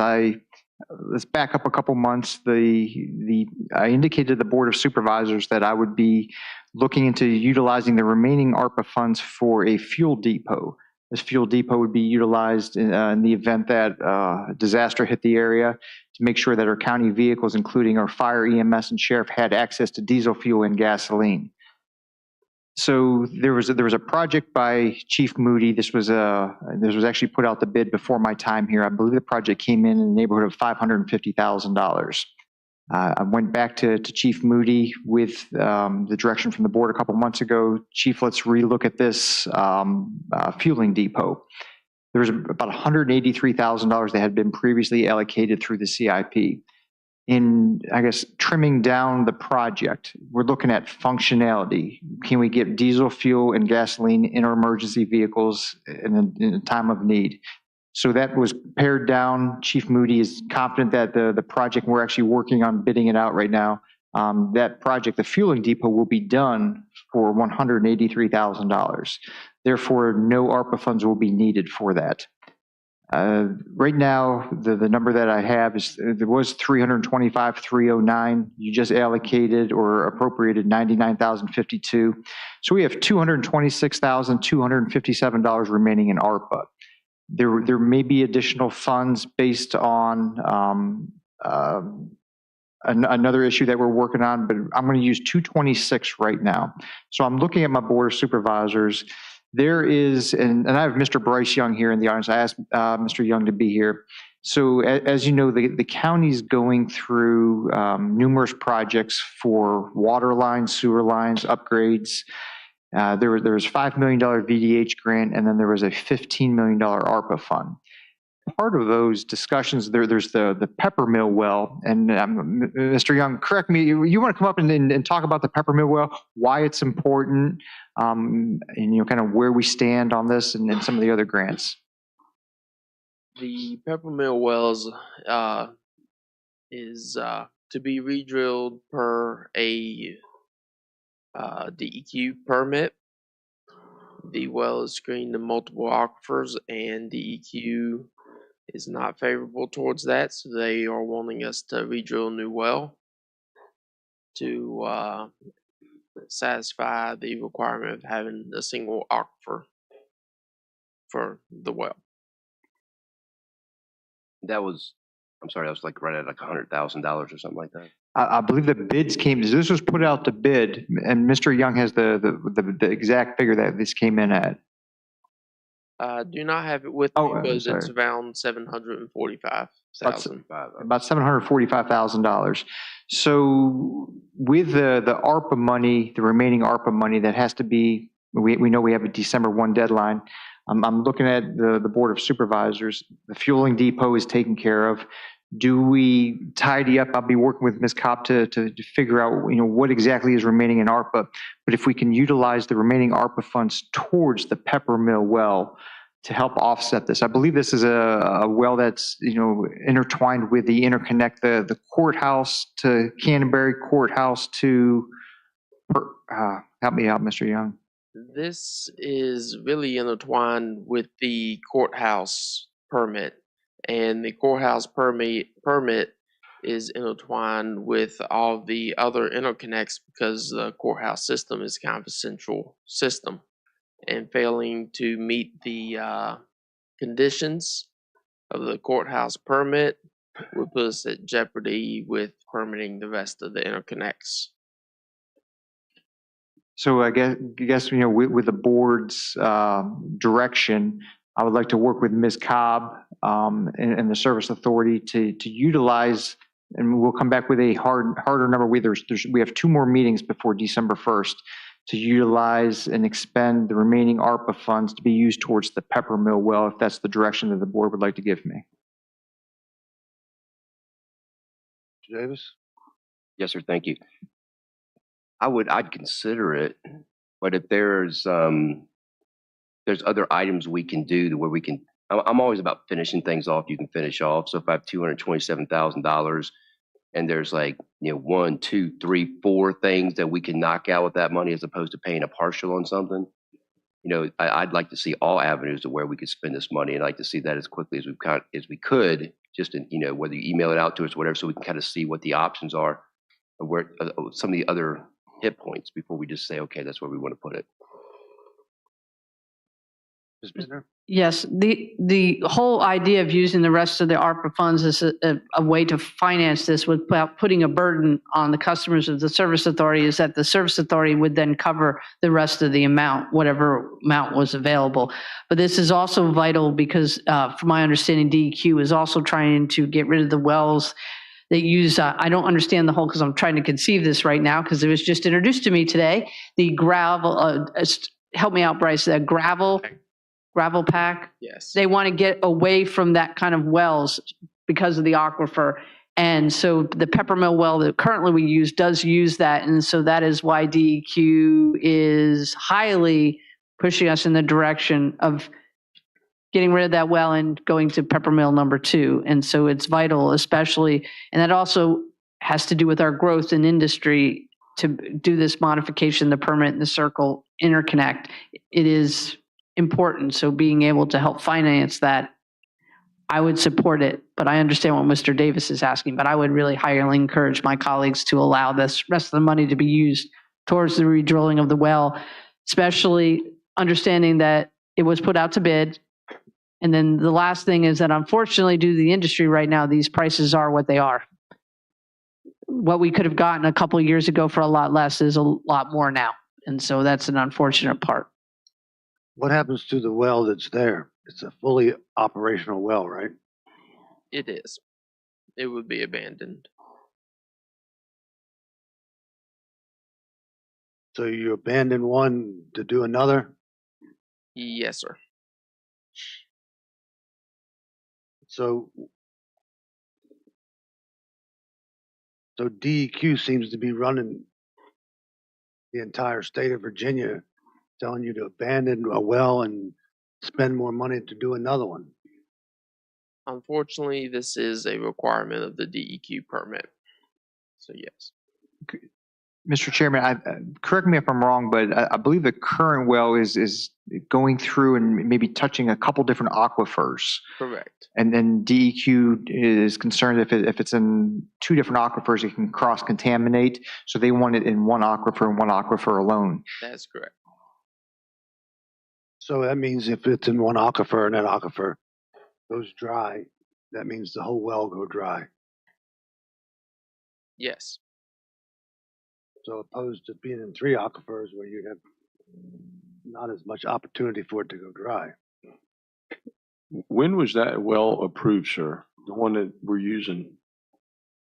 One that we are currently using I think it was 1986 when Yeah. Claydale was built. is Okay. a while back. Yeah, it was when Claydale was originally plotted and started to build. I think that was 1986.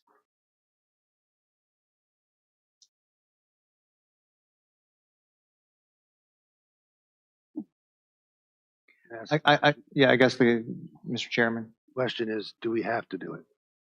They send us a notice, do we have to do it?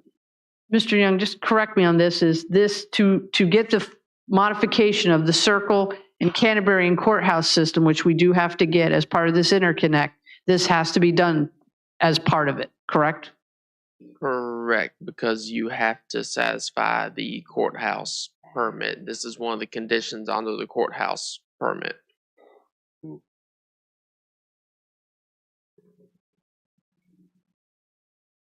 Mr. Collins, our other option is to find a way to fund it out of the service authority or to tap into the line of credit. So this is an option, a way to at least take some of the cost and take the burden off of the customers of the service authority, which you are one of them. So don't want to go into the line of credit. They should have never even got that line of credit. Now we're trying to pay off the line of credit. Well, Mr. Collins, the whole reason for the line of credit originally was before we generously got the ARPA funds, that was a way to try to make these improvements to have at least money to be able to do that. And then when we got the ARPA funds, the line of credit, unfortunately, under former administrators was tapped into. And that's what we have to deal with and pay off now. It wasn't fully utilized, but it was tapped into. So when they got the line of credit, I watched the meetings and they said it's only for emergencies. So, you know, I knew that wasn't going to be the case. The case was they got the line of credit, they're going to use it. And that's what happened. But the bottom line is, you know, every time we turn around, DEQ is telling us that we have to do this, don't do that. Can't you read the sign? And when is it ever going to be where everything's acceptable? I'm not asking you that question, Bryce. I'm just asking that as a general statement. When is it ever going to be enough? Because every time we turn around, it never seems to be enough. Do you have any answers, Ms. Bender? I don't have an answer to that. So, Do you have any answers to that? No, sir. Mr. Stewart, do you have any answers to that? Never enough for DEQ, Mr. Chairman. how much is the well going to cost again to drill it? What was the estimate on that? I believe it's 745,000. And that was only through Toanna, right? There were multiple bids, and I believe the low bidder was AC Schultes. So the one in Potomac Landing was 173. Why is this one 700? I believe it's a lot of supply and demand due to a lot of the projects going on down south with the aquifer replenishing. We just approved last month or the month before 173. So there's a difference of $500,000 in 2 months. Mr. Collins, we would have to investigate that because it might be something unique to that well and the way the aquifer is there, because you have two different, one's in the Potomac aquifer, one is in the Aquia aquifer, I think is the name of the other aquifer. So it might be the conditions of the aquifer in that one. That would have to, we could bring that back to the next meeting. I cannot answer that right off the back, but it might be the conditions of that site. You know what kind of well it's going to be? Is it a grouted well? Is it a cased well? What is it? I want to say it's a grouted well. I don't have the answer on hand. So can we get some of these things clarified by the next meeting? My head's spinning. I don't understand what's. I have one more question. Yes, sir, Mr. Davis. What's the, because it's part of the agreement with the courthouse, you said, and all that. What's the time frame in which we have to have this well done? Is there a date? January 2025. How long have we known about that? Known about it quite a while. If we're going to pay an additional $500,000 because we failed to do something? This is a very complicated, especially all the ARPAs and the easements. And this was one thing that everyone up to yesterday thought was actually under the ARPA grant, but we found out that it was not under the ARPA grant. So this is trying to find out how to finance it, knowing that we are required to do this. A lot of this stuff, as we have stated before, unfortunately should have been planned several years ago, but it was not. So this, I will say personally, for the last 11 months, we've been or almost 11 months, have been trying to play catch up for what was not previously done. Question for that. Go ahead, Mr. Davis. Have any ARPA funds already been pledged towards this? Like, this isn't an additional amount to something, because I'm just making, this wasn't already like planned to. No, this was not included, as we found out, correct, Bryce? This was not included in the ARPA because the original VDH 5 million was given to us by VDH. We did not request it. It was given to us with a set of projects that VDH, Virginia Department of Health, wanted us to do with the money. They gave us the money. We did not solicit it.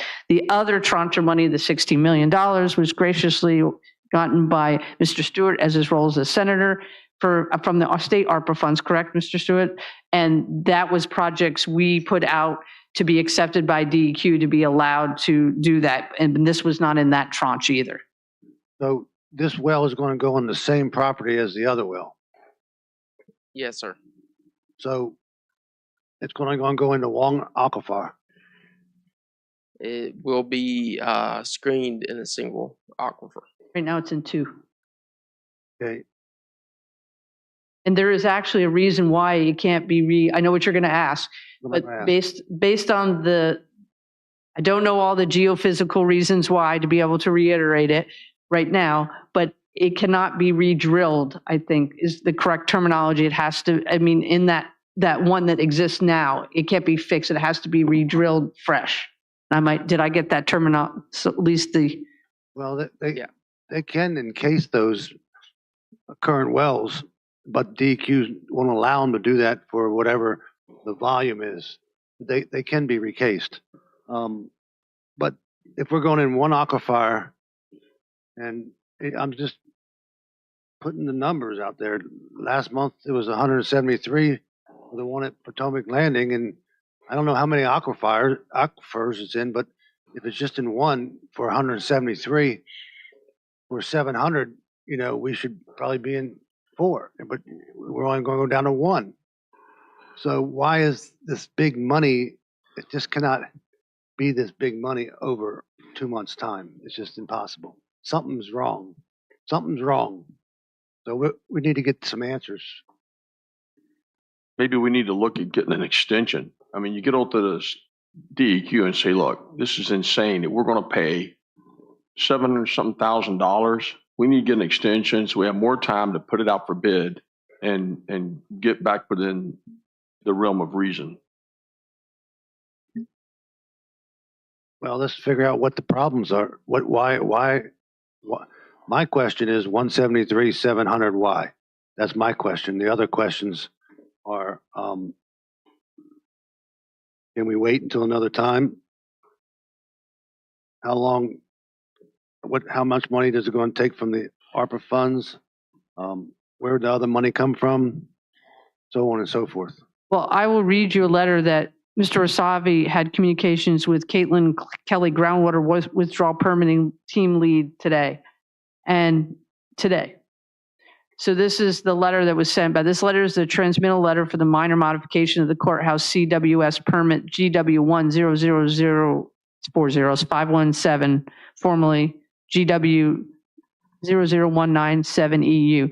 The minor modification was requested by King George County Service Authority to extend the deadline for the geophysical borehole logging permit, special condition permit GW1110000517 Part 2C to January 28th, 2025. The permit condition mentions obtaining the geophysical logs from the replacement well for Peppermill number 2, DEQ well 148-00316, since that well is required to be abandoned by March 1st. Permit GW10000517 Part 2A2. I know that was a lot of verbiage there. To me, that's it. I mean, there's giving background, but we can reach out to Ms. Kelly tomorrow to find out if we can get a further extension, is what I'm getting at. So we've been very open in communicating with them. We can see if we can get an extension and find out further information. I was just reiterating the email received today. So who's known about this for 2 years? That person is not here anymore. Do you know about it? Vaguely, but I did not know about the timeline. Okay. Mr. Smolnick? There's another one for your list, but that one's going to the top. Yes, sir. So I've got work with Mr. Young to provide answers to the questions raised by the board for the Peppermill well. Why is the cost so much more than Potomac Landing well 173 K versus 740? Is the new well encased, grouted, or some other means? What's the difference between the two different wells? Diameter, size, supporting structures, depth, and then work with DEQ to see about the extension. And the money. Where we getting the money from? Yes, sir. Does anybody else have any other questions? Mr. Sullivan, do you have any questions you want to add to that? Nope, you'll handle them. Thanks. Thank you, sir. Some of the cost is possibly the actual wellhead, the pump. I think a big portion of the cost has to do with the reporting that's required. Yeah, because, I mean, typically with a well, the pump is down at the bottom. Mm-hmm. So they include that in with the bid. So we need to find out what the cost, like what brand pump it is, what the cost of that. I know I'm adding to your plate there, Mr. Smolnick, but to figure out that, because maybe we could buy that separately. And if we buy it, it doesn't become tax-free. We don't pay taxes on it, right? The county's buying it. Just want you an itemized list. So values. So not only can we, possibly get it less, we not pay taxes on it. So we provide the pump, any of those parts. But that's something to look at. Yeah, Mr. Stroud, there was two big things here. Is one, somebody's known about it for 2 years, and the second thing is how much money it costs. So, Mr. Chair, one last. Yes, so sir. I think what this will take care of what he's asking about as well, Mr. Stroud, is just, I guess you call it like a schedule of values for this. just like you would in construction, or just instead of just me looking at a big number, I like to see that number broken down a little bit about exactly what we're paying for throughout the process, to what it is. You know, it's kind of easy when you get itemized list of things like that to see where things are skewed or out of whack with what they should be. So I'd like to schedule value would probably answer both our questions. I think that that my questions and y'all's questions would be the public's questions too. So that's what we need answered. Mr. Stroud, you had something else? Well, it's related, sir. So the secondary, tertiary problems we have here are the use of the ARPA funds before they expire. So we're like in a race. Now we as a part of obligating the ARPA funds, we find out about this, this is bad, but we still need to expend ARPA funds. And one of the ideas that was in my head is the engineering study for the water and sewer line to connect them together. And that's being done, and we approved that recently for that to go out for bid, right? Which one are you talking about? I believe that's the PER that's being worked on right now, Mr. Young. Are you referring to the Oakland Park to Hop Yard PER? Yeah, that's being worked on. It's being done. So it's already been released. The PER hasn't been released, but they are developing it right now. They're working on it. Because that would be a use of those funds as well. Mr. Stroud, I don't think it'll be ready by that time because there's a lot of nuances, especially with the purple pipe. Mr. Davis? Only because, and this isn't all just this situation, this seems to be happening a lot. And not just where there is just a lack of communication and things seem to sneak up on you all the time. I want to get a list of projects just like this that we know have to be taken care of in the next 2, 3, 4, 5 years. If you know about them, I want to know what they are. I don't want to be 2 or 3 years from now, someone comes to me and say, well, we got 4 months to get this thing done. Where's the money? It's just, we're dealing with building an elementary school. And I had no idea that the school board had other options that they were considering besides just a full-blown $57 million project, because for some reason that isn't being, that's the kind of, how do you plan for the future if you don't know what your options are? It's impossible for us to do that. So in order for us to manage this county, I don't know what goes on in the office all day. I'm not quite to question that. I'm just saying, I want a map. I want to see these things need to be taken care of in the next couple of years. These are the projects, which one's important, why they're important, so we can tackle those things off. We're just a handful of months away again from another budget year, So I need to know this stuff. I need to know this stuff. Mr. Collins, I'd like to interject there. I want to at least point out, Mr. Davis, to the staff. The staff has been working hard. Unfortunately, this is the hand we were dealt by inaction in the past. And the staff stuff comes up, but they are working hard. I understand, and that's about, but I want to make a point that the plan is being mapped out and stuff is coming up because there are some things that were missed. There was a lot of inaction for several years. And so I don't want to just throw it out that they're not doing anything. They are doing things. Pardon me, ma'am. I don't remember I told anyone that they didn't do anything. What I said was the only way to fix the problem that you just brought up is to change how you do it. So if we don't look at people and say we have to catch up now, we can't just say, well, that's the way they did it. That's the way they did it. Yes, that's the way they did it, but we're not going to keep doing it that way. We're going to do something different so we can save people in this county time, headaches, and money where something doesn't go up by almost 7%. I understand that. I just want to get an idea, but please don't say that I said that. I appreciate everything that everyone does in this office. When I see him, I say so. This is not a shot at him. This is something he has not been, that no one's asked of him before. So I don't expect him to know all this. Our last county administrator didn't do anything. So what I'm saying to you is going forward, we need to map something out. We need to plan it. And it's a team effort, right? I don't know if you don't know. That way you're not standing here in front of us going, it's been for a couple years and this, and that. And we're going, okay, I don't like that.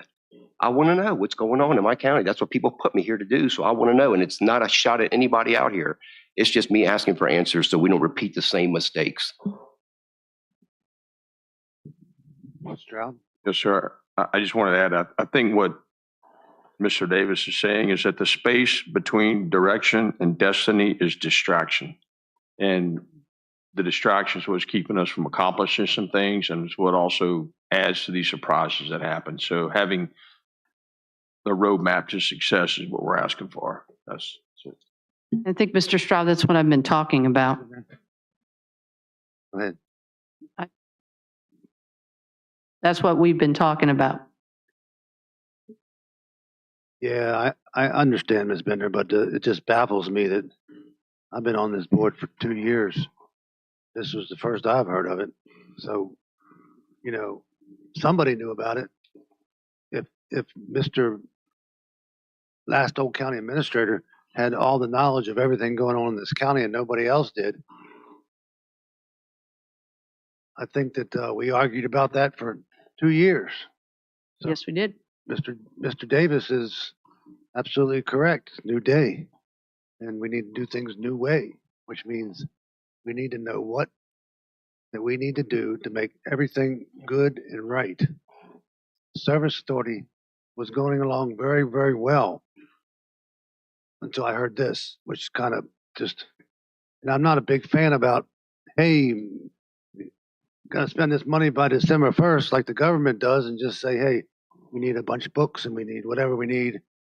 Let's just buy it. Let's get some shirts and all that kind of stuff. We need to have plans and how to spend money, not just come to the end and say, we got to get rid of it. Let's do something. So you could have sat down a while ago. We were just talking up here, Mr. I was just here in case. And Mr. Collins, just the last thing is too, is that you mentioned with both of us being on the board, as we found out, a lot of things wasn't shared with the whole board. That's a fact. Decisions were made. We found out one today that some water supply plan that was done, $10,000 was spent. You didn't know about it. I didn't know about it. We were both on the board. Well, that's what Mr. Davis is speaking of. It's a new day, and we need to know everything going on, good, bad, or indifferent. And it's just very frustrating sometimes. It is frustrating. That's why I get frustrated, is because everybody is trying to do the right thing and put it on path. But unfortunately, some of this stuff creeps up, and then we have to deal with it. I wonder, how do you get to the root of where anything else is laying out there that needs to be done? You know what I mean? Like, is there other stuff that's going to surprise us? Right. Is there any way, Mr. Smolnik, to find out what might be out there, like the Tooth Fairy or something? Mr. Chairman, we will do our best to come up with a comprehensive list, but you know, as Ms. Bender said, we just found one of them. There was a report that I think was, I'm not going to say the name of the firm, but spent $10,000 on it, and we don't have anything from it.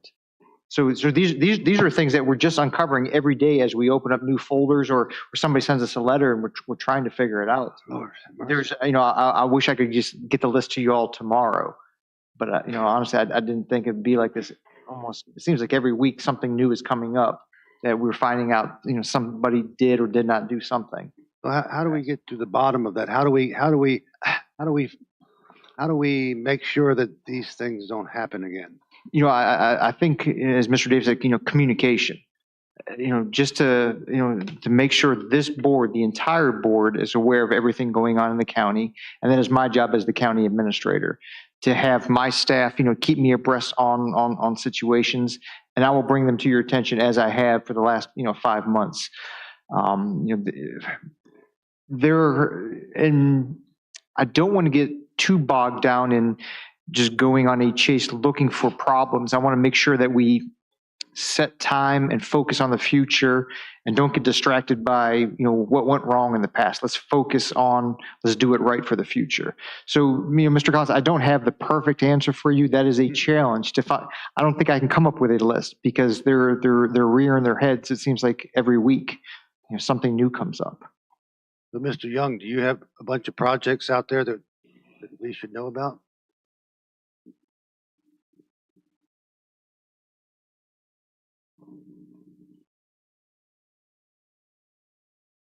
I do have a list in my office that is quite long. Anybody that's been to my office has seen that list. I would personally advocate for a compliance officer to help track a lot of the permits and such. That a lot of these projects, the permits require these projects. This is a requirement of a permit. So that is one place I would recommend starting. So you have a list in your office, Yes. and so do you have a list from him, Mr. Smolnick? I'm aware of the list that's in Mr. Young's office, and what we can do is we can get that list to me in a format other than your whiteboard, and I'll make sure that the 5 board members receive that, so you can get an idea of what the future looks like. Okay. Look forward to seeing this list. Thank you. Oh, do you all have anything else? Mr. Sullins, do you have anything from down yonder? No, I'm good. I'm just listening in. Thanks. Okay.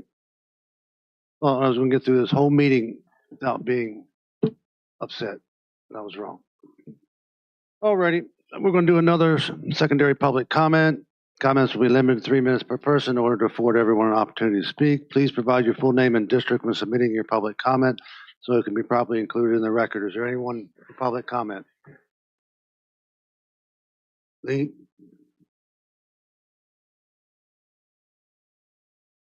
Sure. My name is Lee Robotham. I reside in the James Madison district, not speaking in role as in the service authority here. So I brought up at the referendum, and this seems to have, come up again. Kind of my point was, what's the plan to plan, right? And I think Mr. Davis kind of hit it with this one. I want to say I appreciate everything that the board's doing. I think you guys are making great headway. You're making great progress. There's going to be problems. We went from a staff that was here a year ago, and everything that both I've seen in the service authority and the board of supervisors specifically, has been an improvement. Something when it comes to these projects and things like this, myself and my day job being a director of an organization, I have, a one to end list that's a mile long projects, right? And it grows and grows every day. My entire team has to put stuff into it. And it takes time, and I think we hit it. It's communication that needs to happen. From what's happened before, and with the exodus of people that have maybe left the staff that was here, there could be still some animosity from staff in the building. And something I've taken up that we've done in our office before is we've created like an animosity day. Right? Whatever your problem is, it doesn't matter. Today, everything's free. There's no issue. Whatever you did before, bring me your problem today. Whatever it is, we forgive everything you've done beforehand. We want to know about it. Some people may just be afraid to come forward. Some people could be bothered with, the new board, with what happened with the last board. I don't know. But I think that's key. I think that open communication and ensuring that the staff continues to feel they have that ability, I think is good. So just a thought, just a suggestion, Amnesty Day, something like that. It worked for me with some issues we had with some lingering projects nobody knew about, but different field, different organization. Thank you. Thank you for your time. Thank you. Anyone else for public comment? Anybody online? Anybody receive any comments? Already?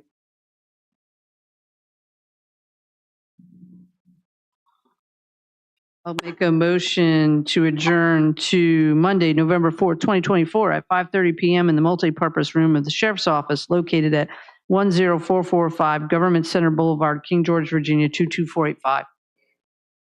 Second. Properly second. Any discussion? All those in favor? Aye. Aye. Votes aye. We're now adjourned. Thank you all.